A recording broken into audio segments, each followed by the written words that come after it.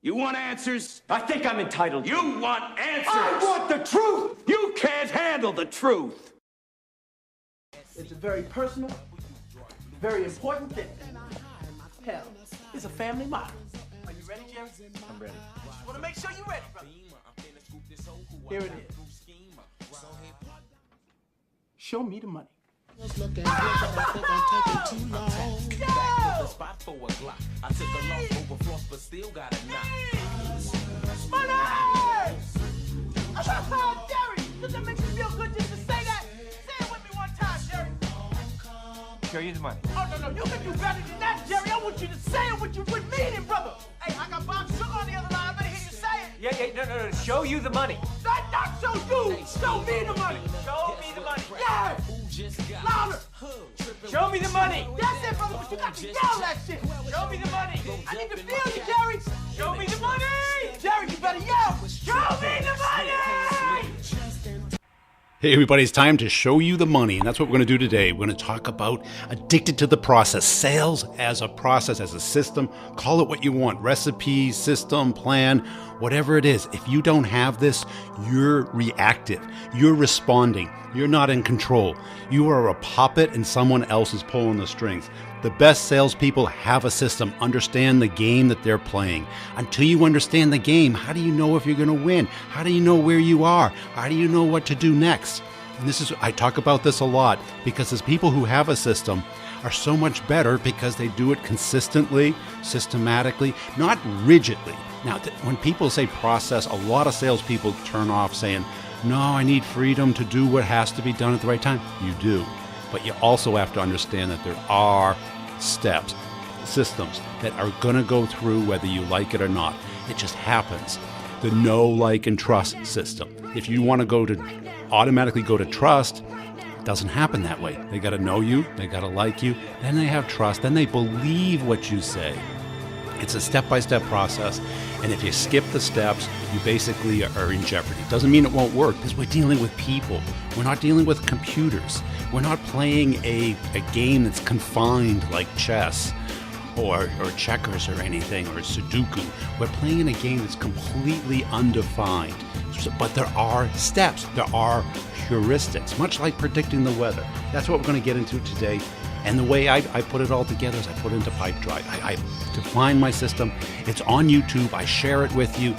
All you have to do is say, okay, that's not my system. Exactly. You break it down into your system, the steps, tiny little baby steps to move your prospects and your customers through a decision-making process. They don't have a decision-making process on their end. They're in a meeting. Want to do it? I don't know. You want to do it? That's their decision process. You can't base your life and your income off of that. So we're going to get into it. Make sure you're checking out Pipedrive. Also, co-video. If you're not sending video emails today, you're so 2016. I'm telling you, the future is video emails. They get opened, they get listened to, there is engagement, and you track it. What else do you need? Covideo.com. All the deals and all the specials are in the show notes. Tap on the artwork to get all the products that I'm using to blow it away. This is my biggest year ever, and next year is looking even brighter. Because what we got to do, we find the system, we automate the system, and then we outsource the system. You can all of a sudden become the super salesperson by using virtual assistants. This is what I'm doing. People for $5 an hour are just crushing it for me, and I'm looking like a superstar. But let's get into the interview. Wait to the end, I'll sum it up for you. Thanks for listening.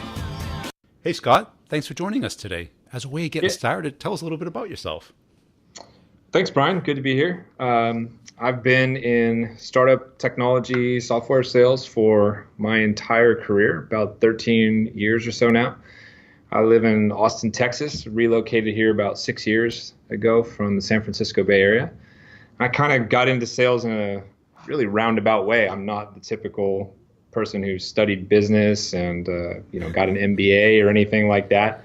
I studied psychology in school and played 2 sports in college for 4 years, then went on to grad school and kept playing soccer, and actually ended up in the hospital for 4 years with a very serious life-threatening illness. And once I got done with all that, I had to kind of reevaluate what the heck I was going to do with my life. And at 27 years old and never really having a real job before, I I decided to get into sales, and from there, kind of the rest is history, so to speak. Cool. So, kind of a different roundabout way.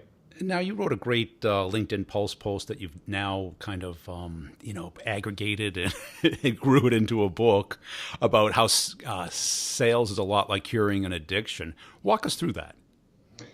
Yeah, my health experience kind of taught me a lot about this. I don't want to go into all the details, but I ended up becoming more or less a drug addict off of all the pain medications that I had been on for a long time, and had to go through the withdrawal process and kicking all that stuff. And when I got into sales finally, I just started to realize, like, there's so many similarities. I've got to get my prospect to understand, first of all, that they have a problem. That's first and foremost. Then I've got to make them understand that the problem matters and is important. And the third piece is I got to make them understand it's important right away. There has to be some kind of urgency there to fix this problem. And then and only then is somebody going to care about the solution. And so I started selling that particular way. And over the years, the idea kind of continued to evolve and develop. And one time I was doing a training for a sales team of mine in New York City. And I just kind of spit the analogy out on the fly. And a couple of people came up to me afterwards and said, well, that's a pretty great analogy. You should, keep using that. So I did. And so that's kind of where it started. And I've continued to use it. And, I wrote a book, came out a couple months ago, called Addicted to the Process, and talks about, how you got to sell in this particular fashion. And, so many salespeople, I think, especially newer salespeople, just get on the phone and immediately just start talking about how awesome their product is and how awesome their company is, and just, feature dumping. And that just makes no sense. It's like walking up to somebody who has an addiction problem saying, hey, I've got this kick-ass rehab place called Passages in Malibu. You ready to go? They're going to look at you crazy. Like, I don't have a problem. What do I need to go do that for? Right. So the metaphor just, made sense. And, I've found it resonates with folks.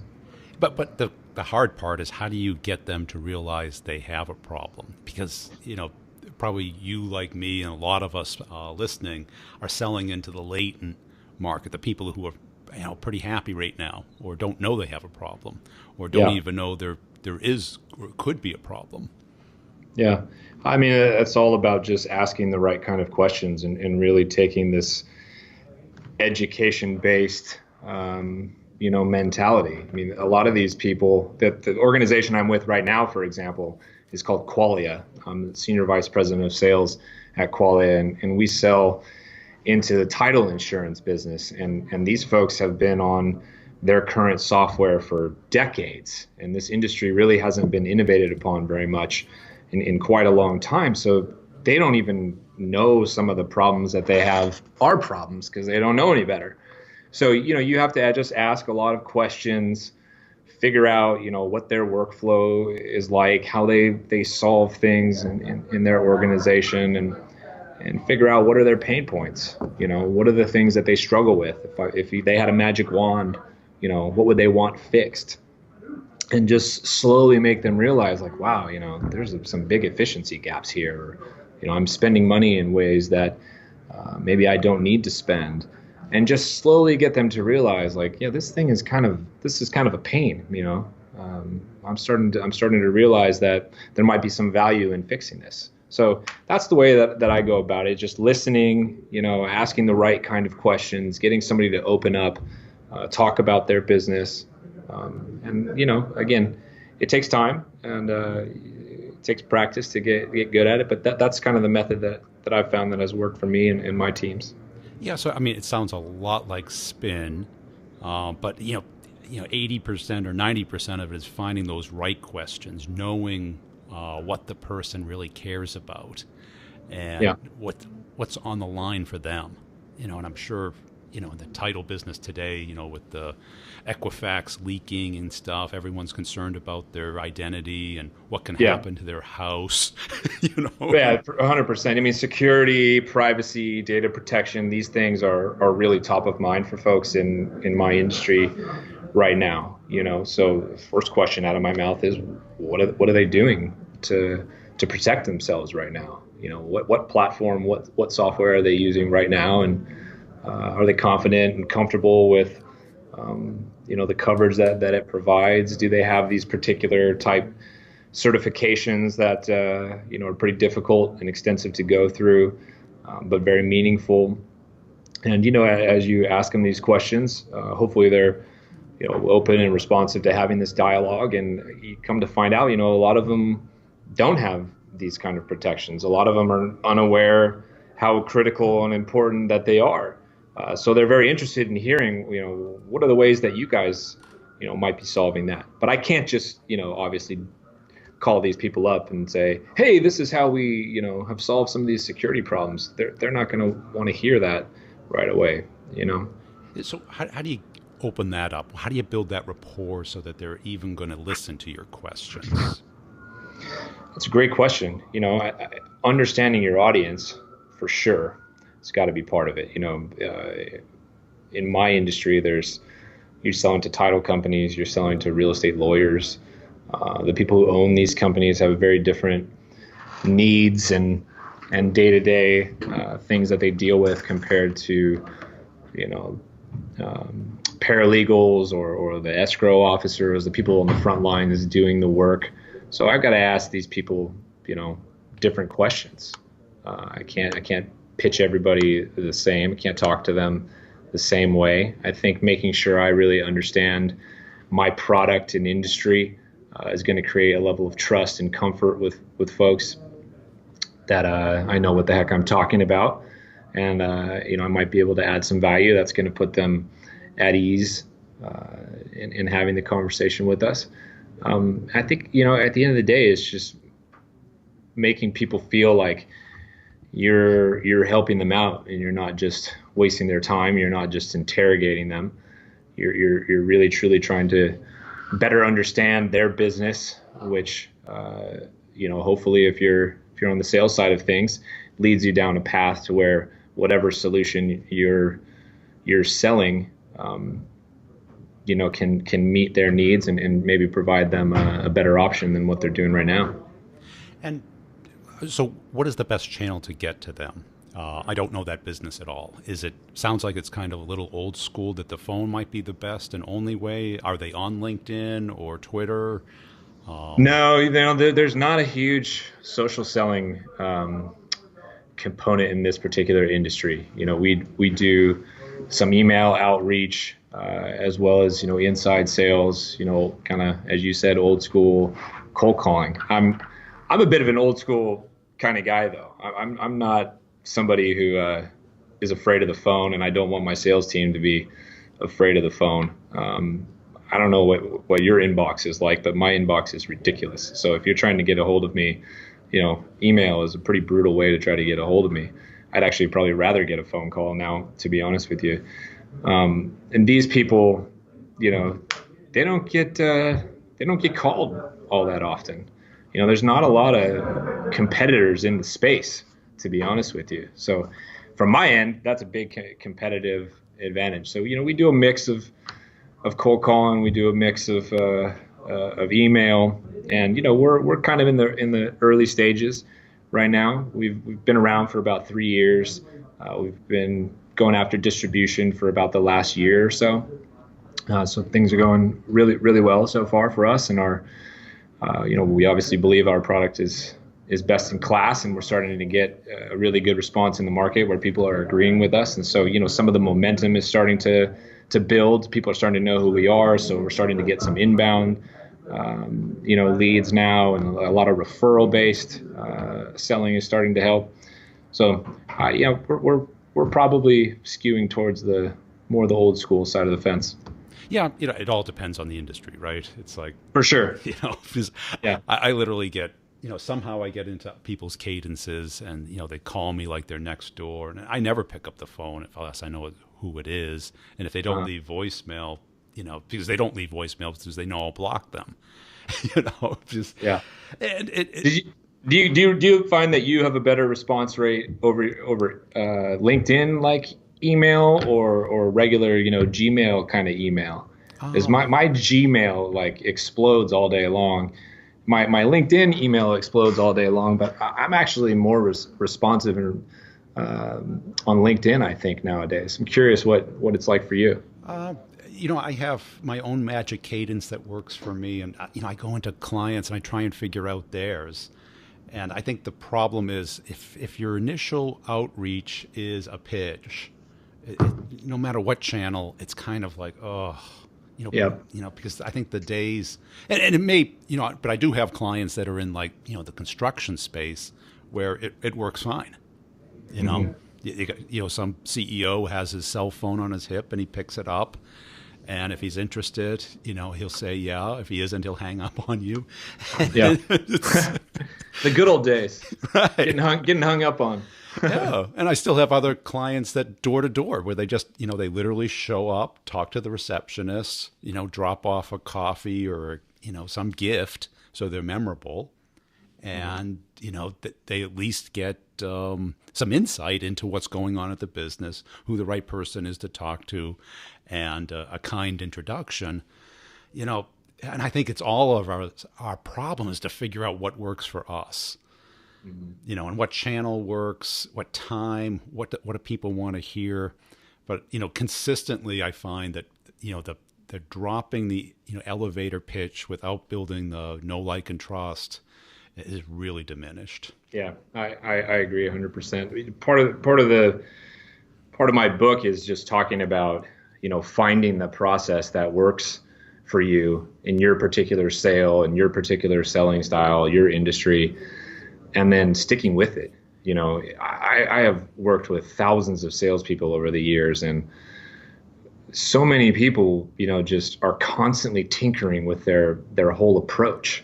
I'm a big sports guy. I played, sports all my life, and I watch sports all the time. I was watching the baseball game last night, and I was just thinking, can you imagine if Aaron Judge is up there and he's just like changing his batting stance every single time he comes to the plate, or Jose Altuve, who's on the Astros, is, changing his approach every time he gets out or something like that.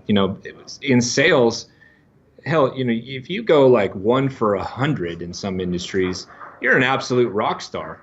You imagine the failure that we have to deal with as salespeople, losing 99 times out of 100 and still have to keep going with, the utmost confidence and sticking with our system and process and believing that it works. Even athletes don't have to do that. Imagine Steph Curry being the greatest shooter of all time and he makes 1 3-point shot out of every 100. Right. It doesn't work like that. He makes about 50%, right? If you're in sales and you have a 50%, closed won rate, good Lord, you're immortal, I think. Yeah, I mean, we're all kind of in a maze that we don't really understand, so yeah. A lot of us, kind of panic or just assume that we're artisans and we're Picassos and there's a God-given talent that's been given to us, and anybody who doesn't appreciate it is wrong. Very few people kind of define a process. And this is, my bag too, because, I was a software engineer before I got into sales. And, everything was a process. You designed before you wrote code. And there was people who wrote the code first. And it was like trying to cook without a recipe. It was like, yeah, something sweet would be nice, maybe some flour, little butter. And all of a sudden you come out with this mess, Yeah. And so the tinkering, it doesn't work. And I think also what you see a lot in sales is that somebody who has success early in their career for like 2 or 3 years, and then they think it's them. And it's like, no, you might have been at a hot company. Right. You might have had the benefits of a big name or a kick-ass product, and they might have a process that's in place that just works. I tell new people who come into my organization all the time, like, don't try to reinvent the wheel here. We've got something cooking. We're on the right track. Come in, figure out how to do it our way, and as you get more and more comfortable, then you can start to add more of your own flair, right? I mean, the sales process, for me, it's like I got to make sure I'm talking to the right person. I got to make sure that I get them to admit that they have pain, admit that they have this kind of problem. I gotta build the value. I gotta create urgency. Then I can talk about what I do. Then we can discuss, what kind of opportunities might be out there. I'm going to get all sorts of questions, and you go through the whole objection handling process, and you try to close, and you're going to deal with more objections and set follow-ups and all that kind of stuff. But that process, you just have to stick with it. I find that if you try to do those things, out of cadence and out of whack, that it just screws your whole sales process up, And every salesperson's, at least in my experience, every salesperson's first thing they want help with is, hey, Brian, I need help closing, right? And I'm always telling them, it's not the close that's the problem. It's everything else that happened before that. Right. Yeah. You want to fix the close, let's go back to the beginning. Right, because it's a prevention profession, not a repair profession. And I think we're hosed as salespeople because every 5 years, some silver bullet sales book comes out. Right. And all of a sudden, all you have to do is bring insight. And I go, yeah, you have to bring a lot more than that. That may help, but that's maybe one element. And I'm like, did you look who wrote the book? Two people who have never sold a deal in their lives, and they figured it out. Really, they figured it out.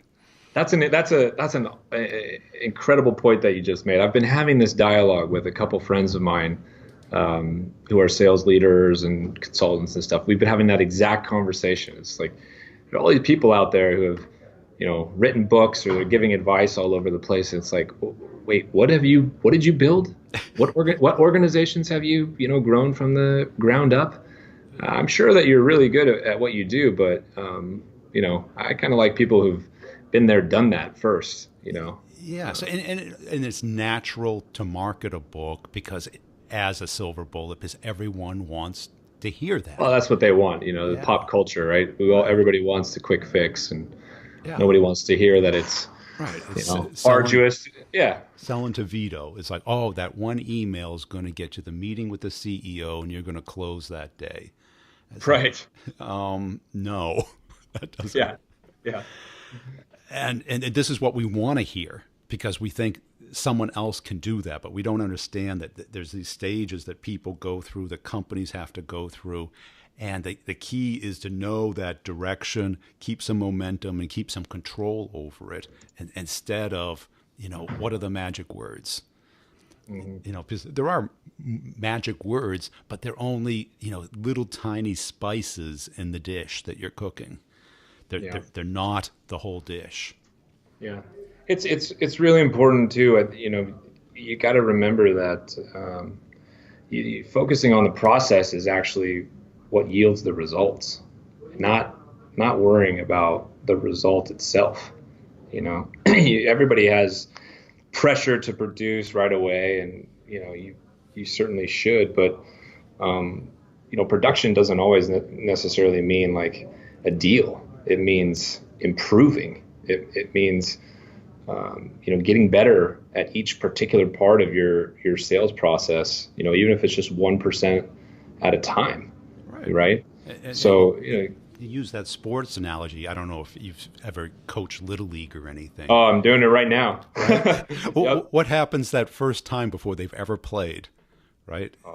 Right. People just run around like little banshees. And you go, no, guys, there's a structure to this. Right. Yeah. There's the field, which is kind of like your process. There's rules. There's a sequence. There's things you do and don't do. And there's umpires to tell you when you've gone across the line. And all of a sudden, you have to learn all that. And in sales, what are we taught? We're taught, here's your value proposition. Here's a bunch of questions. Here's some content. Here's a proposal. And here's your quota. And by the way, you got 90 days, to meet the number. And all of a sudden, what would happen to somebody without a process? They go crazy. Yeah. Yeah.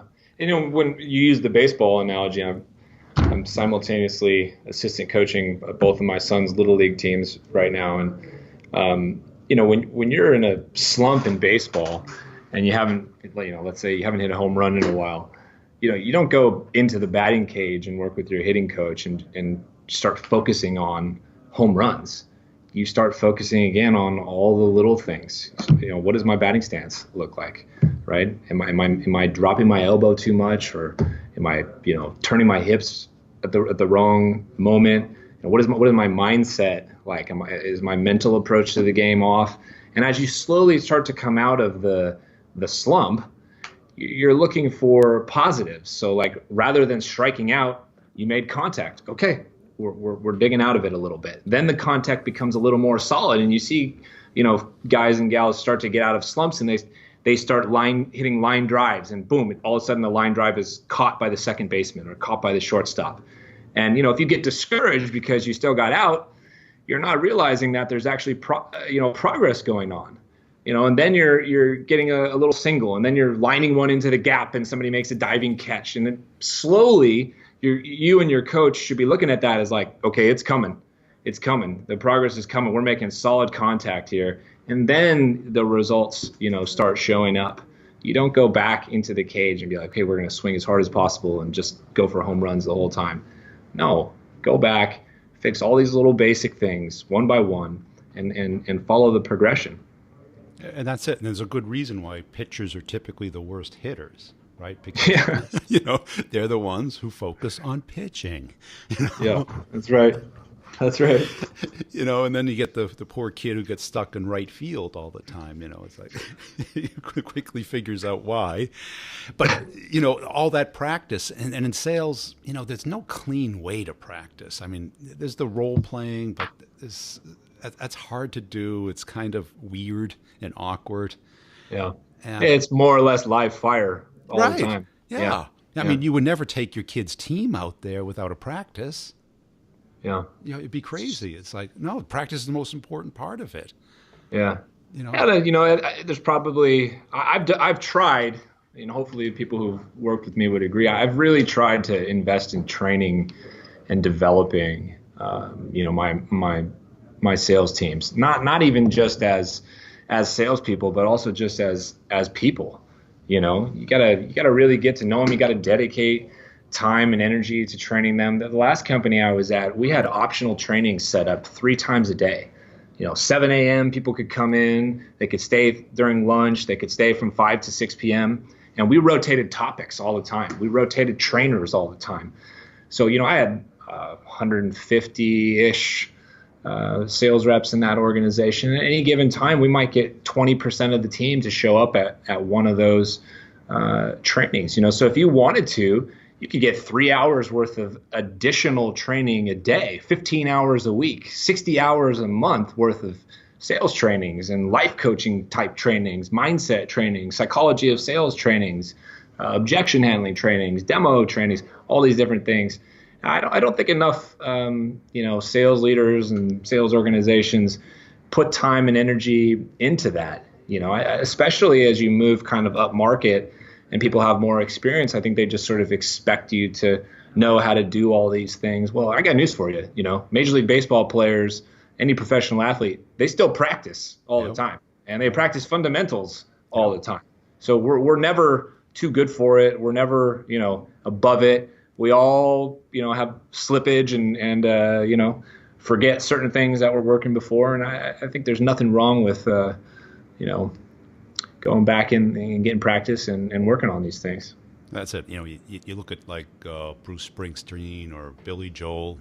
You think they don't pick up the guitar and the piano before they go out on stage? Of course they do. And you like, loosen up. You've been doing it for 50 years. Right. Now, where are you seeing deals get stuck today? What do you think the hardest part of the sales process is today? That's a great question. My industry is, I'd say it's inertia. People are just used to doing things a particular way and, view change as a scary kind of disruption. So that's certainly in my industry the biggest challenge that I think people face.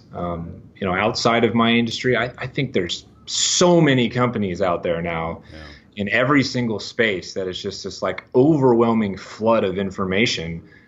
And oftentimes the products have very few differentiators. I experienced this, to be honest with you, as as a sales leader, as I'm, shopping around for different vendors. I've got 3 or 4, people who are more or less pitching me the same thing, and I want to use one of them, and I'm trying to decide, well, which one of these is the right one? My God, there's so many. Sometimes I feel like, the guy who walks into the grocery store goes to the beer aisle and just stands there looking like a zombie at all the beers, because there's so many, you can't make the decision, right? Yep. So I think there's almost like a flood of information that might be stalling, deals out. I don't know. What do you think the answer to that question is? I think you're right. And I think what's going to end up happening is the salespeople that are going to be successful in the next 5 to 10 years, or even the foreseeable future, the people that don't forget that it's about connection and relationship.